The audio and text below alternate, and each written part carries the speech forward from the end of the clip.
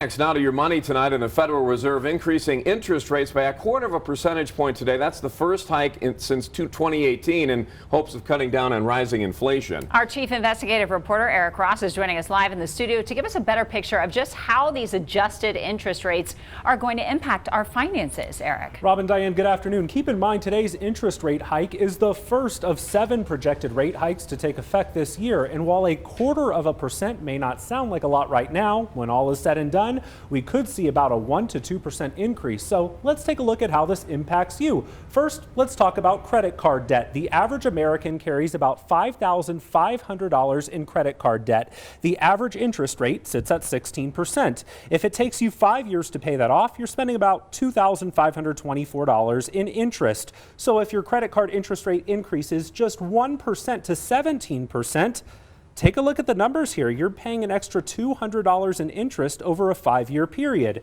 Now let's take a look at car loans. A $30,000 car financed at 1.9% over 72 months carries a payment of around $482.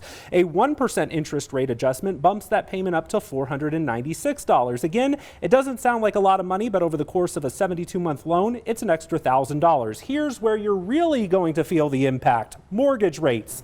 A $450,000 home financed at a fixed 30-year loan at 3.9% carries a payment of about $2,123.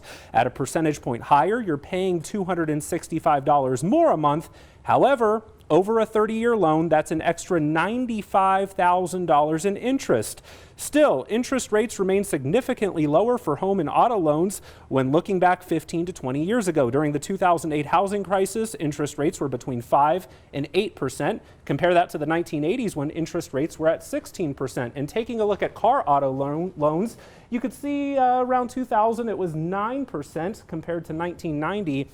Interest rates were around 11%, Rob and Diane. But one thing to keep in mind, in 2000 or back in 1990, people were not paying as much for cars and homes as they are today. And as far as folks who would be considering, a variable or adjustable rate mortgage, what can they expect, or what do you think? Yeah, so if they're already on an adjustable rate mortgage right now may be the good time to go sit down with a financial planner and talk about getting a fixed mortgage. That way you're locked in at a consistent monthly rate for 15 or 30 years, and you don't have to worry about the market. Good advice. All right, Eric Ross, thank you so much. Worries.